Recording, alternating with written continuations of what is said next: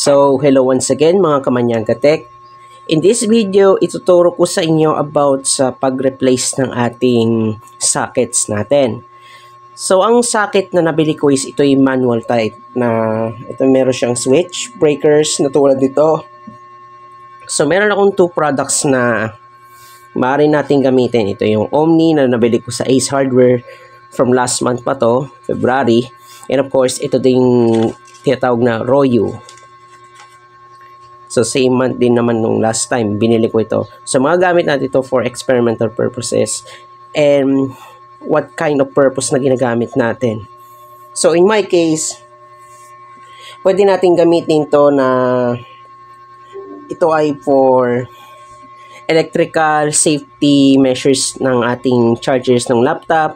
So, hindi lang yan. Maaari din itong gamitin sa iba pang kagamitan natin like any appliances or anything na need natin maging safety. Okay, so, ang mangyayari natin is try natin experiment ang isa sa mga kagamitan natin dito na nabili ko. So, nabili ko ito ay 119 pesos from Ace Hardware sa SM Santo Tomas. And doon naman sa Save More ng Santo Tomas sa Barangay 4, yung nabili ko naman is 110 pesos naman itong Royu. From Save More pa naman to. Now, ang makikita natin is kung alin doon sa maganda based on the quality. And sa susunod na video is gagawa naman ako ng extension cord na yung next content natin, bibili ako ng extension cord na mayroong stopper and of course yung switch breakers doon. Yun sa purpose na gagamitin ko is for my laptop dahil anytime na gagamitin ko ito, bukod sa naka 80% charge limit ako, so kahit iwanan ko ito na nakasaksak is maring maging safe pa rin itong gamit and hindi agad itong sasabog at hindi masusunog yung bahay. So itong kagandahan sa manual mode na tulad nitong mga sockets ito, merong switch. Then susunod, bibili ako ng extension cord na may stopper, which is the emergency purpose naman siya. In case na kahit natutulog ako, maaari kong gamitin. Okay, so papakita ko sa inyo kung anong exactly na nangyari dito. Okay, so ito ang nangyari dito sa socket na ito. Ito yung pinaglumaan ko na to from 1 year ago. Kasabay nung binili ko ang laptop na to from December 2, 2023. Nabili ko siya noong I think December 3 or December 4. Mga December 4 yun. Ako ay graduating ako that time noon sa college. So, anong nangyari? Ay, kung makikita dito, yung once ma-observe ko, ito ay kahit patayin ko ito, still nagko-continuous pa rin. Tuloy-tuloy pa rin yung pag-supply ng power na directly dito sa AC adapter na to. Papunta doon sa DC part, doon sa nakasaksak sa laptop ko. Yung DC cord noon, yung maliit na charging port doon. Now, kapag pinatay ko, halatang malambot na to, hindi siya malutong pag nagsiswitch off. And of course, still continuous. So, na-record ko yung kabilang camera naman doon, makikita nyo. Doon sa LED indicator ng aking laptop is still continuous na supply. So, wala din. Yan, kung makikita, ang lambot to. Kaya, ang mangyayari, papalitan ko yan. Hindi na to safe itong gamitin. Sa laptop ko na yan, hindi na siya safe. Baka ma-shorted pa yung battery, masira bigla, or anything else na may mangyari sa laptop. And still, under pa rin ako ng warranty for 2 years. So, this year, matatapos na ng 2025 ng mga December 2. Yun ang tapos niya. Since 2023, nabili ko ng laptop na yan. So, papalitan ko na to for that. Make sure na maayos. Then, okay na. Mag-unbox na ako. Okay, so, nandito tayo sa part na i-replace natin isa sa mga nandito. May tinatawag na socket. Ito yung new version na to ng Omni. Actually, ito yung old version ko. Omni din to from 2023 model. Halos similar siya doon sa Royu. Ayan, kung makikita nyo, ito yung same yung tsura ng switch. Lambot na. Medyo hindi na to normal. So, dito natin malalaman kung ano ang the best dito sa dalawa. So, hindi ko sasabihin na, hindi ko ipipilit sa inyo na Omni kayo or Royu or even any kind of brand maybe yung Firefly, meron din yun. Kung hindi ako nagkakamali. Medyo hindi pa ako ganong aware sa tinatawag ng parts ng other parts ng hardware based dito sa pang-electrical just yet. Unless kailangan ko pa mag-research even more kung ano mga ibang brands na bukod dito sa Royu and Omni. For now, ito pa lang nakikita ko in physical stores. Kaya, ito muna for now. Kung anong mabili ko, pwede na yan. So, try muna natin tong from Ace Hardware, which is the Omni. New version na siya. Ito yung press button doon. So, I think hindi ko na kailangan ng gunting para ma-open to. Just unpeel this thing off. Ito, pwede na to. Nagpe-phase out to, tandaan nyo to pero, kahit ganon, brand pa rin ito. Nagpe-phase out kasi ito kada taon, nagpapalit yun. Nag-upgrade sila ng ganitong equipments na tulad ito for our safety purpose. Pwede rin kayo umorder online, pero may mga shipping fees nga lang na kung gusto nyo is same pa rin dito sa old versions, kayo nang bahala. Okay, so gagawin natin, ito, tinanggal ko na yung Omni, okay na to. Next is, unbox ko rin tong Royu. Halatang from Seymour pa siya. Kaya ang gagawin ko, just to slide it up, pwede na yan. Ayun, so slide up ko lang yan, pero check ko muna kung makakalas siya. Check it muna just to double check before ka mag-sliding up. Diyan. Ayun, medyo umangat siya. So, I think good to go na. Okay, I guess, angatin ko muna para mas-slide up. Ayun, okay na to. Hindi siya masaslide agad-agad. Gawa ng laki kasi nitong size. Then, may nakasalpak dito sa box. So, I guess, ayan. Just to open this up simply. Now, kung makikita nyo ang difference, eto malutong siya, oh. Ayan, oh, bago. Kita nyo. Ang ganda, di ba? Doon, titigil yung supply pag nag-switch off. Unlike kasi dito, oh, hindi mo na siya gano'ng maririnig. Medyo mahina, hindi na siya malutong. Lumalambot na kasi umabot sa akin to ng almost 2 years. Ayan, oh, nakaisang taon na nga to sa akin. O, sige, tatago ko na lang to. Baka may magamit pa to. Pwede pa naman actually to, pero hindi na to pwede dapat sa laptops. Kaya unahin muna natin itong Omni. Ito, check nyo muna to. Ayan, o. O, ang ganda, diba?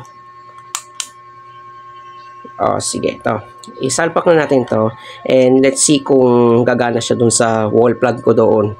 Kaya, check natin to, okay? Ito siya. Ito yung Omni. Okay, so isasaksak ko na to gamit yung bagong socket. Ito talaga nagustuhan ko sa features na to. Meron siyang safety purpose na magagamit, kaya maganda siya. So, ito ay medyo sideways to. Ano kasi dito medyo stand na ganito dahil sa different orientations. Ito medyo sideways. Para makita dito, ilalagay ko na lang yung camera number 2 dito is just to simply ayan, press dito. Then, makikita nyo na lang dyan na kung nailaw siya. Kaya, halatahan naman sa ngayon is nakapatay pa siya. Kaya, ito na. O, ayan. Kung makikita nyo, may ilaw siya. And doon, makikita nyo na gumagana na yung LED indicator na recognize niya as charging dito sa laptop. Kaya, ayan. Makikita nyo. And then, once na okay na, yan, pwede ko na siyang patayin. Kahit iwanan ko siyang nakasaksak na ganito. As long as hindi siya magsusupply kahit nakapatay. Ito'y bago naman to. Yan. So, pwede na yan. Then, naka-turn off na yung LED indicator. Kaya, kung makikita, ayan o. Ganda. Okay, so, tatanggalin ko na to. Looks like okay naman. Malutong-lutong to ang mga switch kada pinipindot. Ibig sabihin, bago to. Now, ito yung luma. Kaya, separate ko to. Now, testing naman natin yung isa, yung Royu. Ito yung isa pang model ng medyo luma na rin itong tingnan. Halos similar siya dito sa Omni. Medyo parang pares lang naman ang itsura.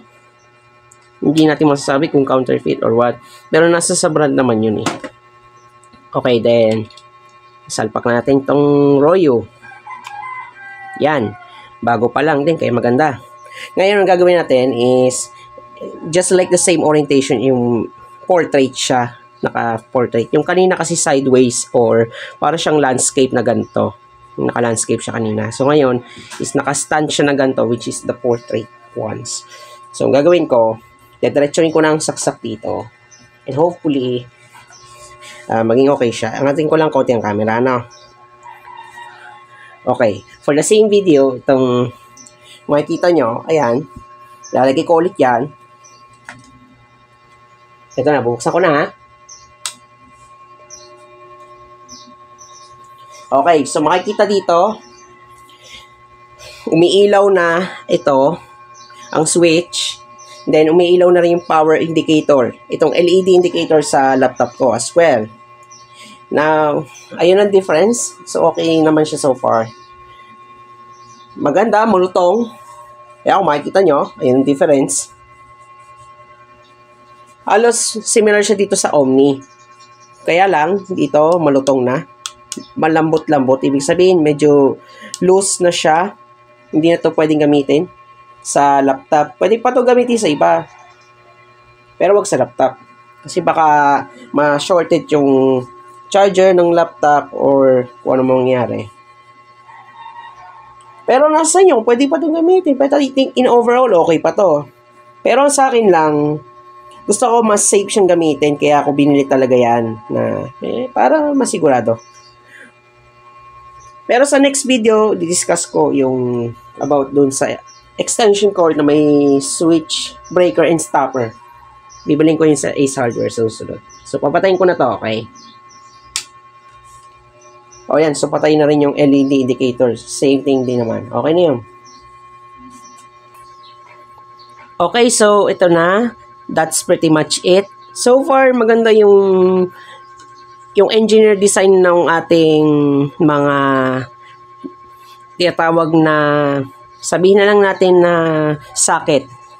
Ano, yung iba kasi is hindi malaman kung ano to, pero para sa akin socket siya.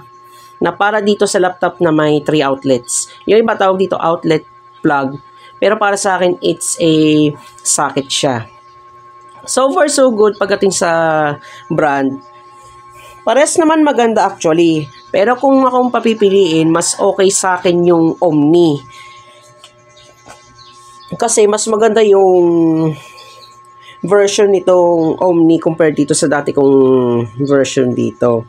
Na switch na ganito lang. Ari kasi is press button then iilaw siya. Para siyang katulad dun sa ibang extension cord na may buttons na ganito. Power button. Kaya kung akong papipiliin dito ako sa Omni, maganda yung quality. Pwede rin naman yung Royo kung namamahalan kayo sa Omni. Ito medyo simple, maganda rin naman to. Ayan, simple.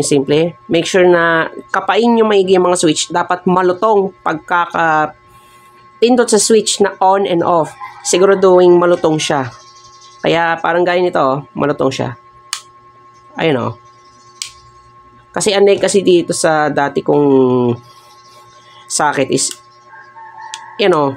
malambot na. Hindi siya malutong. Ibig sabihin, luma na siya. And then, yun, long-term use na naman to. Okay, that's pretty much it. So, kung nagustuhan nyo itong video na to, so, hit a like button. Then, kung hindi pa kayo nakapag-subscribe, so please subscribe. And hit the notification bell as well para ma-notify kayo sa next video na i-release ko.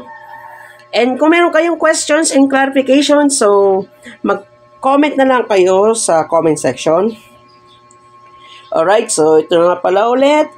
Si Mark Louie Maniaga ito from Maniaga Tech PH. Pwede nyo akong kontakin pag kailangan kayong repair sa akin for both laptops and computers. Okay, so see you next video. Goodbye for now.